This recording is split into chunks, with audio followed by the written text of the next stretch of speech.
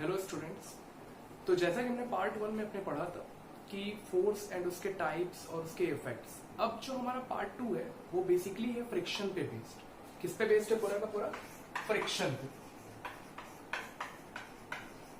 तो देखिए, हमने जैसे पार्ट 1 में फ्रिक्शनल फोर्स के बारे में पढ़ा था कि फ्रिक्शनल फोर्स होती क्या है। तो हमने जैसे वहां पर पढ़ा था कि फ्रिक्शनल फोर्स एक ऐसी कांटेक्ट फोर्स होती है जिसमें दो बॉडीज के बीच का कांटेक्ट बहुत जरूरी होता है और ये हमेशा मोशन के अपोजिट डायरेक्शन में लगती है कि अगर बॉडी इधर मूव कर रही है तो इसका डायरेक्शन हमेशा किधर होगा? जस्ट अपोजिट होगा।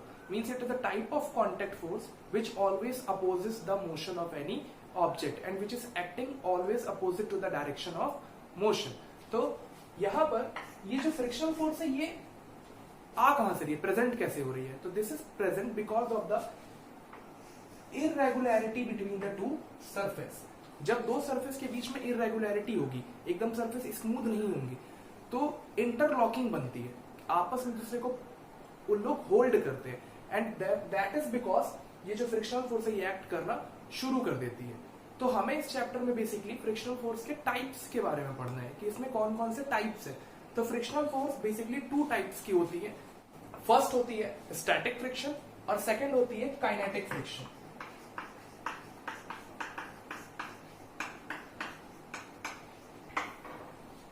अब जो फर्स्ट है that is static friction. Static friction का मतलब है कि एक ऐसी फ्रिक्शनल फोर्स जो अपोजिंग फोर्स, जो मूवमेंट वाली फोर्स है, उसके जस्ट इक्वल एक्ट करे और बॉडी को मूव ही ना करने दे।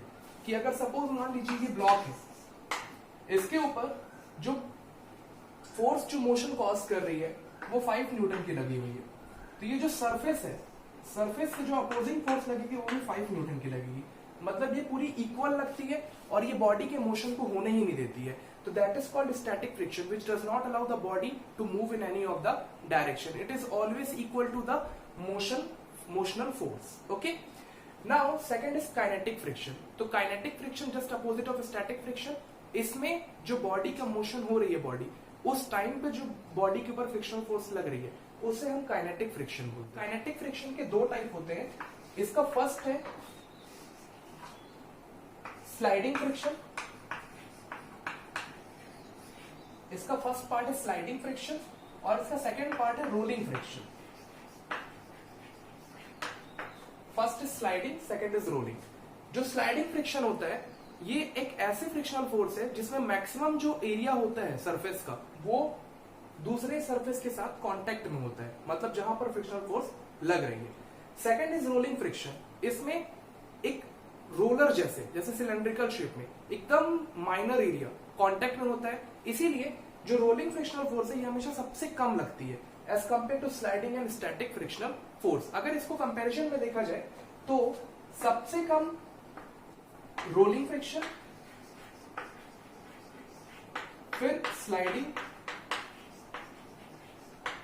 और सबसे ज्यादा स्टैटिक फ्रिक्शन होता है। इसीलिए जो स्लाइडिंग फ्रिक्शनल फोर्स है वो हमेशा किससे ग्रेटर होती है? रोलिंग फ्रिक्शनल फोर्स से। And static frictional force is always greater than both of them.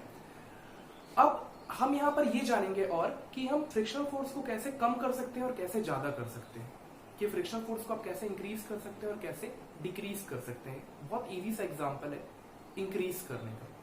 जैसे सपोज ये ब्लॉक है,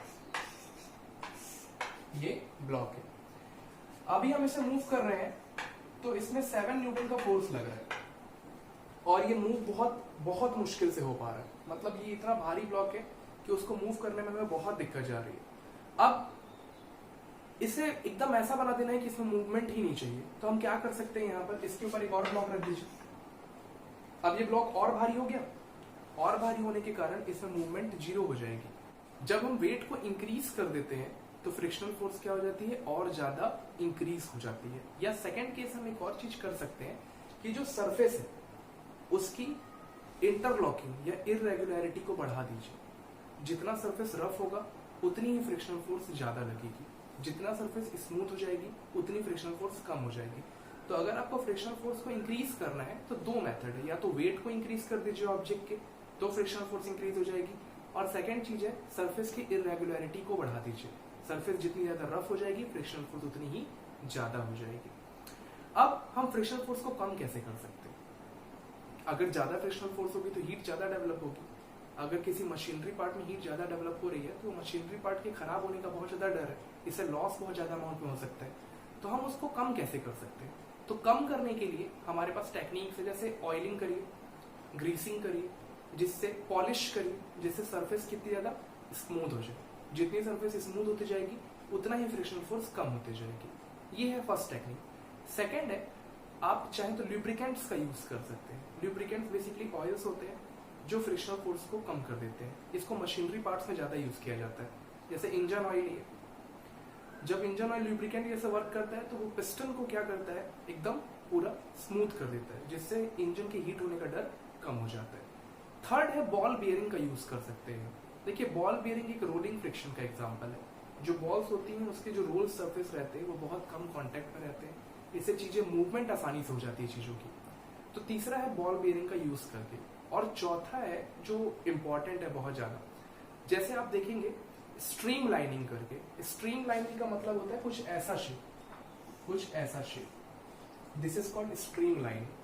ये जब ड्रैग फोर्स वर्क करती है, ड्रैग फोर्स का मतलब है जब फ्लूइड किसी भी मोशन को अपोज करता है, जैसे हवा में या फिर पानी में, तो उस टाइम पे हम क्या करते हैं, हम स्ट्रीम लाइन बॉडी का यूज करते हैं। स्ट्रीम लाइनिंग का मतलब होता है सामने से पॉइंटेड और उसके बाद ये ब्रॉड होना शुरू हो जाएगा, जिससे स्ट्रीम लाइनिंग करने से जो फ्रिक्शनल फोर्स है, जो अपोजिंग फोर्स है यहाँ पर ड्रैग फोर्स, वो सबसे ज्यादा कम इफेक्ट करती है।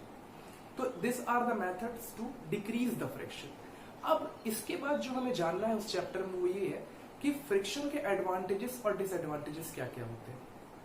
देखिए, फ्रिक्शन को एक नेसेसरी एविल बोला जाता है। नेसेसरी एविल बोलने का मतलब ये है कि फ्रिक्शन जितना ज्यादा जरूरी है उतने ही ज्यादा उसके डिसएडवांटेजेस भी हैं। जैसे फ्रिक्शन हमें वॉकिंग में बहुत जरूरी है, होल्डिंग किसी भी ऑब्जेक्ट को उठाने में बहुत जरूरी है। ये मैं लिख रहा हूं ऐसे, अगर फ्रिक्शन नहीं होगा दोनों सरफेस के बीच में तो मैं लिख ही नहीं पाऊंगा, मेरी चौक बार बार स्लिप करेगी। तो उसके लिए फ्रिक्शनल फोर्स बहुत ज्यादा जरूरी है।